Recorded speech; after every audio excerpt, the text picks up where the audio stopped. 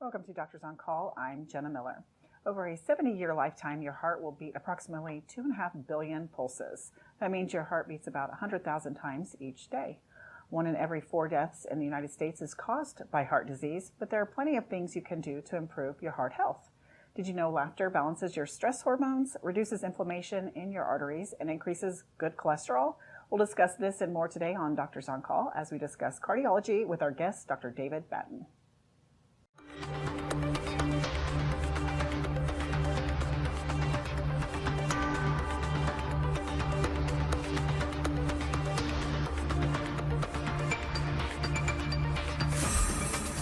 Presentation of Doctors on Call on Smoky Hills PBS is made possible in part by an underwriting grant from Salina Regional Hospital, experts, neighbors, friends. Prospectively Healthy and Wellness Clinic, where health and wellness begins. Naturopathic medicine, IV therapy, and wellness services. Our team at Smith County Memorial Hospital is always striving to exceed expectations of our patients and guests. Your family is our family. Dr. David Battin received his medical degree from the University of Kansas Medical School. He completed his residency at the University of Kansas Medical Center in Wichita and his fellowship at the University of Tennessee Health and Science Center and William Beaumont Hospital. Dr. Battin is board certified with the American Board of Internal Medicine, Cardiovascular Disease, Nuclear Cardiology, and Interventional Cardiology. He is currently a provider at the Heart Center at Salina Regional Health Center. Doctors on Call brings you information which may be useful to you when you see your own physician. Thank you so much for coming back and joining us. Let's get the show started. Seems like from year to year, there's always something new and innovative with technology. Let's talk about it. Let's see what's going on this year. Yeah, I think as far as any new procedures that we might be doing since last year, there isn't anything really new in the procedures that we're doing or that we're offering. Certainly year to year, there are device design changes in the actual device itself or in the delivery system that make it easier or safer to implant. That has certainly taken place and makes our lives easier in a lot of regards, but is definitely getting into the weeds a little bit too much probably. Sure. What about treatment? Treatment for heart disease, has it progressed with the years, changed? Let's talk about that. Yeah, I mean, it changes all the time, and year to year we have something new that's being offered in the space, or changes that we've made, different goals that we're using for parameters for secondary prevention or risk factors, for example. We tend to move the goalposts a little bit year to year as far as cholesterol management, for example. It's been 70 for a long time. Maybe it needs to be less than 50. I don't know. We'll find out. Blood pressure, we keep shrinking that number, it seems, year to year. So I think, we really have to stay on top of the changes and stay focused on our specialty and education, and go to conferences, and wherever we get our education, we have to stay on top of it. Sure, absolutely. Now, I'd like to discuss a little bit about there's a lot of weight loss medications and treatments out there right now, which is, maybe great for weight loss, but sometimes you're seeing these people that are losing weight really fast, and in turn, it affects their hearts. What can you say about that? Yeah, I haven't seen any negative impact of weight loss in a manner that would be, I guess, quick or too rapid. Fortunately, I think most of these drugs are designed in such a manner that doesn't necessarily take place. That drug is certainly revolutionizing that space. They're extremely popular, and at this point, I haven't heard of any negatives. Certainly beneficial in terms of overall well-being, reducing blood pressure, reducing our glucose load. Our A1Cs are an average of what glucose numbers are in diabetics. It certainly have a number of side effects. It's not a wonder drug. It's not the be-all, end-all. But time will tell. It's say one thing this year, and next year I may be saying something completely different. That's how it is in medicine. Absolutely. Now, does that make it tricky for you as a provider?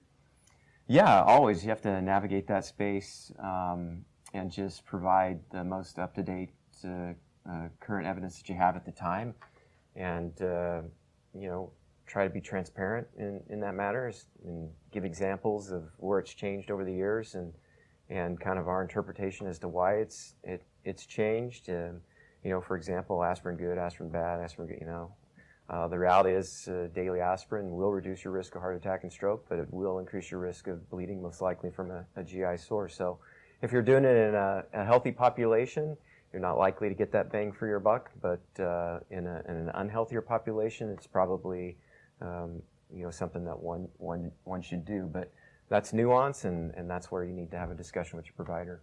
Absolutely. Let's talk about what coronary artery disease is. Yeah, so that's a disease process that it impacts the arteries that supply the heart. So those are the arteries on the surface of the heart that have little feeder vessels that go into the heart.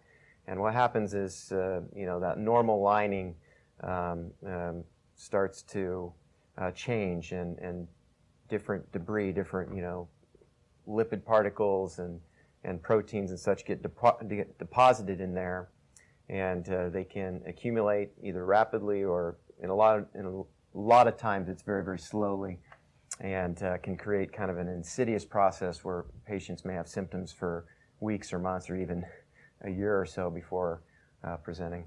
And what are the symptoms? Usually what you notice is something exertional. You're able to do one thing one day, and then 6 months later you're thinking, man, I haven't been able to mow my lawn in months because of, shortness of breath or chest pressure, or chest tightness, or, basically any symptom from here to here that is out of the ordinary. Some people describe it as an exertional type fatigue. They just get tired, get wiped out when they go and try to do that. But I think when you have a decline in function, a loss of function that wasn't normally there, rather than blaming on getting older or, having a few birthdays, probably ought to look into it first, and then you can blame it on having a few birthdays after the heart and lungs and such are all in good shape. Sure. And so besides getting older, what are the causes? Yeah, genetics plays a big role. Our environment, what we're exposed to, smoking, either firsthand or secondhand, high blood pressure, high cholesterol, diabetes, kidney disease, to name a few, can create a burden. Sleep apnea is another one. Those all play big roles in the development of heart disease and coronary artery disease being a form of heart disease. So we really try to manage those and dial those in and help prevent progression and help prolong life. And does inflammation play a role? Inflammation plays a role, on a macro level and on a micro level. It's hard to that kind of comes into favor, kind of goes out of favor. We know it's there. To what extent? And is there any magic bullet, any anti-inflammatory, et cetera, that helps with that? Nothing that I would say beyond a shadow of a doubt does. Colchicine has certainly had some evidence. Statins definitely help. Aspirin in some regard. But nothing substitutes, good healthy lifestyle and management of known risk factors. Sure. And how is it diagnosed? So coronary artery disease, if someone's having symptoms that would be suggestive of significant blockages in the blood flow to the heart, we would do something like a stress test, and those that are capable of walking, we would have them walk on a treadmill. A number of individuals, obviously, in our age group, or I should say the age group that we treat, have a number of arthritides or, different other problems that would prevent them from walking on a treadmill. So we use adjunct type of testing, such as chemical agents or pharmacologic agents that kind of trick the heart into think it is being stressed, but we trick the blood vessels into believing that they're exercising. And then combine that with, say, another radio tracer where we would compare the pictures before and after, and that gives us a good non-invasive look at what the blood flow looks like to the heart. Sure. Snow's right around the corner, and it seems as though you hear about these heart attacks happening when people are out shoveling snow. What is the correlation? It's a bit of a cliche, yeah. So I think what happens is, number one, it's usually really cold, and we're breathing in the cold air, and sometimes that cold air creates its own symptoms. And so, you have kind of that burning in your lungs. You can't discern that from a problem that is existing in your heart at that time. And when you go out and shovel snow, you become anaerobic very quickly, meaning your heart rate and your blood pressure go up very quickly, because let's face it, nobody eases into shoveling snow. You go out and you shovel snow. And so these symptoms may come on very, very abruptly. You may not realize that you're doing it. You may push through it, and that's when problems occur, right? So when you're pushing through symptoms, your heart's trying to tell you, you don't really discern that as a problem, and it may precipitate a loss in blood pressure, or precipitate a rhythm disturbance that, quite frankly, is not compatible with life. And if it isn't witnessed or seen, that's how people will die suddenly. So this may seem silly, but so do you suggest that a person warms up before they go out and shovel? I mean, I suggest not doing it at all if you have known heart disease. That's what I suggest. I suggest getting your son or grandson or granddaughter, whoever for that matter, and a friendly neighbor with a big snowblower, and let them do it. I mean, if you know your heart's healthy and you exercise regularly, you're probably going to be okay, let's face it. But if you have significant heart disease, heart failure, you have angina heart pain on a daily basis with activity, it's just not a good idea. Don't do it. Okay. Good excuse to get out of it, right? That's right. Okay. Now, how does high blood pressure relate with heart disease? I mean, significantly. It's a known risk factor, leading cause of heart failure and heart attack for the most part. It's a silent killer. It's a silent killer because nobody can feel it. I mean, a lot of people will tell you they have a headache or whatever, but sometimes headaches create the pain from that creates the high blood pressure, so it doesn't always correlate very well. But people can go years without knowing that they have high blood pressure, and when that goes unchecked, it has a real deleterious effect on the circulation in general, whether it's the circulation to your heart, or the circulation to your brain, or to your legs, or to your kidneys.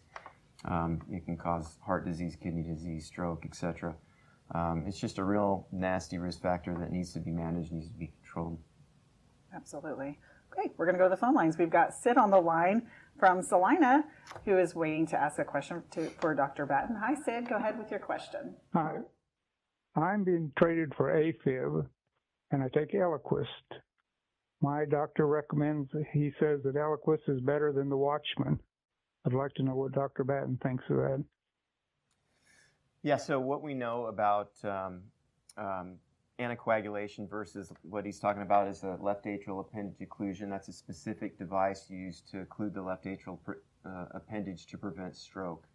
What we've seen in trial after trial is that when you implant a left atrial appendage occluder, such as the Watchman, you reduce the risk of stroke equal to that of a blood thinner. Okay, so it's equivalent to a blood thinner.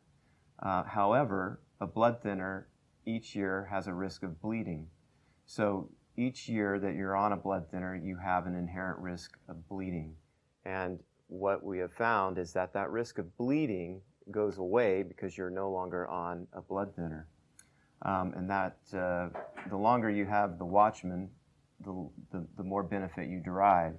So if you have the Watchman 5 years, 10 years, those curves, they just continue to separate, and that's what the data shows. And that's what's been studied, and it's been studied very rigorously, actually. It had to go through 3 trials before it was released by the FDA, and has been out for a long time now. Okay, excellent information. We're going to go back to the phone lines. We've got Joanne on the line from Victoria. Hi, Joanna. Go ahead with your question for Dr. Battin. Yes, I'm wondering if you're not having any symptoms or anything of thinking that you maybe don't have any problems with your heart. Do you suggest or encourage people to check if their heart is healthy? And if so, how do you go about doing that? Yeah, that's great. So, primary prevention, I like doing primary prevention. So basically, it's a conversation with your physician about that. And so what you would do is you would look at your age, your sex, whether you take medications for high blood pressure. You would measure, you would take blood to look at your cholesterol and perhaps a lipid fraction. Your family history is important, whether it's any first-degree relatives with heart disease, any premature death, anyone younger than the age of 50 that died suddenly from heart-related illness. I would take that very seriously and kind of tailor my workup based on that. And it's really not a one-size-fits-all answer, unfortunately. I'd love to be able to tell you what to do tonight. I'm not going to be able to do that. You kind of have to go through the weeds, tease that out, look at what your 10-year risk is for an event, and that kind of subcategorizes people into low, intermediate, or high risk, and then do more testing based on that. Sure. So it's not quite like maybe, let's say, how they say at a certain age you go in for your colonoscopy. It's not like that. No, it's really not. It's kind of an ongoing conversation with your physician. Lipid management. You should have even young people, they should have their cholesterol checked at 25, for example, and just look and see, is it normal or not? Okay. So, some people have never had that blood work. They may find out that they have an LDL of 190 at 25, right? That's way too high. Now, that would suggest that they have a genetic inability to eliminate that remnant particle, and they're certainly at higher risk for vascular-related events and should be treated very aggressively. There's others that, their LDL is going to be 50. Well, that's perfect. You won't have to check that again for years. And then there's others that are on the fence, say 100, 120. And that really comes down to age and other risk factors as far as making a decision to take a medication and bring that down. Sure. And it might be a little confusing for us lay people, if you will, between the good cholesterol and the bad cholesterol. Let's knock it out. Mm-hmm. Yeah, I would say I don't really, honestly, I don't really care what your HDL is too much. The medications that try to make that higher don't work. They work, they make it higher, but there's the trials have demonstrated that whatever mechanism that does actually increases the risk of death from other causes. So that's not a good idea, obviously. We know of people that have a high HDL that is good, but it doesn't necessarily negate a family history or someone with an elevated LDL. And so if someone has a positive family history with a first-degree relative that's died from a heart-related event, less than 50, and their LDL is elevated, I don't really focus on the HDL too much. I want to get the LDL down. I want to treat. And I want the other benefits from the medications, the benefits that we don't completely understand that come into play to reduce those chances of developing coronary disease or reduce those chances of having a heart attack or stroke. Okay, excellent information. We're going to go back to the phone lines. We've got Jennifer on the line from Ellis. Hi, Jennifer. You are live on the air on Doctors on Call. Go ahead with your question. Yes, I had a heart sonogram which seemed to indicate a left atrial aneurysmal focally dilated wall. Can you give me some information in layman's terms, kind of what that means? Okay, I'll do my best. So if it's talking about the left atrium, there's a thin piece of tissue between the left and the right atrium, which are the upper chambers of the heart. There's a thin piece of tissue called the intraatrial septum. Sometimes that can be really floppy, and people comment on that being aneurysmal. It's irrelevant. Don't worry about it. Now, if you've had a large heart attack and it's impacted the left ventricle, that's completely different, and that warrants a conversation with your primary care doctor or your cardiologist to discuss treatments about that. My guess is it's probably that the intraatrial septum, but not having the report in front of me, I don't have any idea, but I'm assuming it's probably one of those two things. Okay. Now, at the beginning of the show, we were talking about laughter being great medicine. Is there any truth behind stress increasing the risk of heart disease? Sure, absolutely, it does. we have to manage it. I'm not an expert on telling people how to manage it. I give ideas. Exercise is a great way to manage it. 40 minutes a day, most days of the week. That helps reduce cortisol, stimulates endorphins, does a lot of great things. Different things that just help to find your center, whatever that is, meditation, yoga, smacking a ball against a wall, I don't know, whatever it is. Just time that you dedicate to something other than your daily life where you can focus on anything other than your daily life, because stress is impactful to the heart in a lot of ways, whether it's what we call a stress-induced cardiomyopathy or, kind of acute heart failure or a heart attack. It can be a bad thing, so we definitely have to manage it. Sure, and you hear a lot of the older folks having congestive heart failure. Mm-hmm. Can you explain what it is and what we can do? Yeah, so it's not just the older folks. There's heart failures in just about everyone, unfortunately, young and old. If it's generally older people, it's usually related to blockages in the heart arteries or the blood supply, not always. Sometimes it's just a burned out process from other risk factors such as high blood pressure or diabetes. Or other times it's genetic. A lot of younger individuals have a genetic predisposition developing heart failure. And what I'm specifically talking about, a weakened heart muscle and the inability to push the blood forward as much. Certainly a number of individuals with multiple of the risk factors that we discussed, the heart can become a little bit stiff. And so it's not necessarily an inability to push the blood forward, but to relax and accept the blood coming in. And that can back up in all kinds of different forms. And we have different treatments that we use for all medications in general to try to help manage that. But certainly can be a real problem. Sure. Several times you've mentioned genetics. Mm-hmm. What do you tell a person who maybe does not have the greatest genetics when it comes to heart disease? I'm assuming they're not doomed. No. It's all manageable. You can't obviously pick your parents, and you can't treat the genetic code, at least not now. So we have to manage it. And fortunately, a lot of the medications that we use are very powerful and can help patients not suffer the same fate that their parents suffered. And I think that's a real testament to science and what we have at our disposal to try to help them.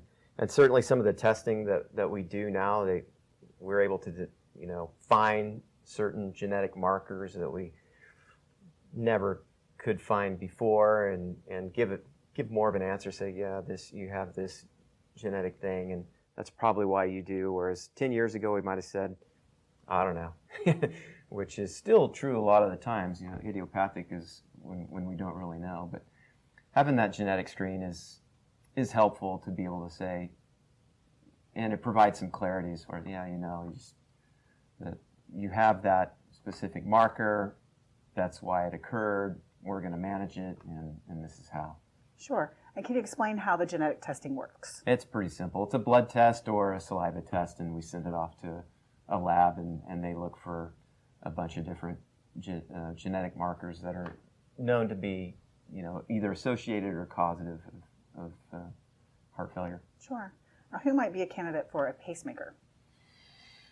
So, pacemakers are designed for individuals that have some sort of rhythm disturbance. It's usually a slow rhythm disturbance that results in, passing out or the inability to get around because you can't generate a heart rate that's enough to provide enough forward flow to get your muscles to go and move. So you get a disruption in the wiring, and we can put a permanent device in either underneath the skin and have 2 or 3 wires that go into the upper chamber and lower chamber of the right side, and sometimes to the left side, to try to, provide therapy when it's needed, or if it's needed all the time, to time it so that we maintain a good normal synchrony. A number of individuals, now we can place what's called a leadless permanent pacemaker, and we do that through the leg. Been doing that for a few years now. Not everybody's a candidate for that, but there's certainly, a niche for that in patients that might be at a higher infection risk, for example. Sure. We have just a few seconds left. Maybe some parting words of what you would suggest people do to get heart healthy. Yeah, I mean, don't smoke, number one. Don't smoke, number two, and that would be my first 8. Okay, maintain an ideal body weight if you can. That's important, and don't ignore your risk factors. Go to the doctor whether you think you need to or not. Have them check your blood pressure, cholesterol labs, etc. A little bit of work upstream can save you from some serious heartache down the road. Excellent. All right. Well, we covered a lot tonight. We'll look forward to it next year. Dr. David Battin from Salina Regional Health Center. Our next Doctors on Call will be discussing general health. You can email questions for our next program. That address is doctors@shptv.org. Thank you for joining us for Doctors on Call. I'm Jenna Miller.